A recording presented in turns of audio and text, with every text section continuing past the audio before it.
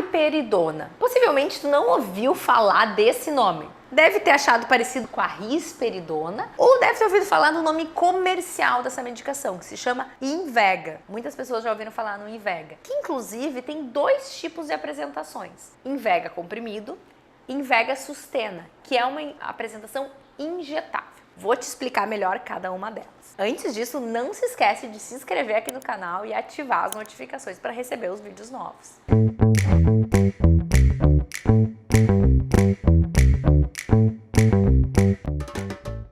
A paliperidona é um metabólito ativo, então ele não precisa ser metabolizado, porque a maioria das medicações, quando a gente consome elas, eu tomei um comprimidinho, ele é absorvido, ele vai ser metabolizado no fígado e aí ele vai se tornar ativo, ele vai cumprir a ação dela.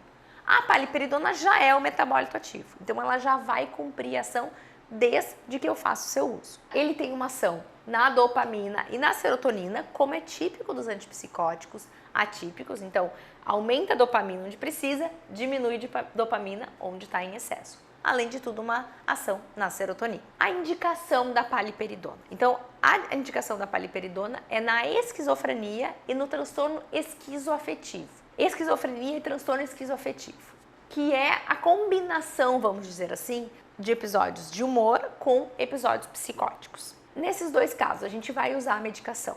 A gente sempre precisa começar com a medicação comprimido. Então, quer dizer que para usar o Invega Sustena, o paciente precisa ter passado pela paliperidona comprimido ou então pela risperidona. Porque se o paciente se adaptou à risperidona, a chance dele se adaptar à paliperidona é maior do que se ele nunca tomou nenhuma dessas duas medicações. Apresentações. Comprimido do Invega, 3, 6 e 9 miligramas. Apresentação Invega Sustena, 50, 75, 100 e 150 miligramas. Tá, mas aí como é que faz o uso? Qual que é a dose? De forma geral, a dose do Invega comprimido vai variar de 3 até 12 miligramas. A maioria dos pacientes fica na média de 6 miligramas. Já o Invega Sustena, vai se fazer uma dose inicial e a maioria dos pacientes vai ficar entre 75 e 150 miligramas. Só que o Invega Sustena ele tem uma característica que muitas vezes para paciente com esquizofrenia acaba sendo interessante, que é uma aplicação mensal. E a gente já tem outras medicações até um pouco mais antigas, como o haloperidol, que também tem essa ação mensal. Então o paciente vai lá, faz a injeção uma vez ao mês e não precisa tomar medicamento ao longo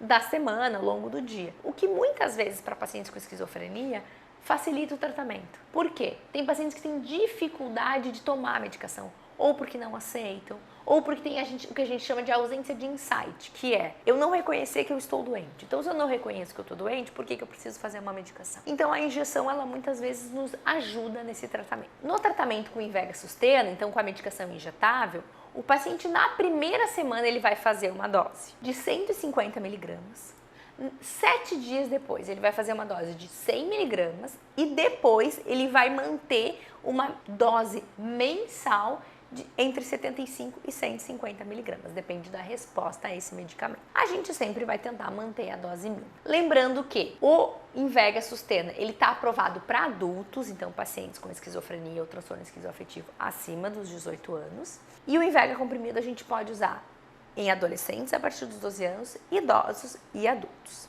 Os principais efeitos colaterais da paliperidona: dor de cabeça, sonolência, aumento da prolactina. E a prolactina é um hormônio que modula a produção de leite na mulher. No homem não tem uma ação muito específica, mas a gente pode, através da medicação, aumentar. É uma medicação que precisa fazer controle através dos exames. A gente precisa avaliar a função do fígado, vamos ter que avaliar os hormônios, então precisa ter esse controle, porque ele pode aumentar a prolactina. Pode diminuir a libido, pode dar também taquicardia, então o coração acelerar, e disfunção sexual. Mas de forma geral é uma medicação que acaba sendo bem tolerada. E a gente tem uma questão importante, que é a questão do custo ainda aqui no Brasil.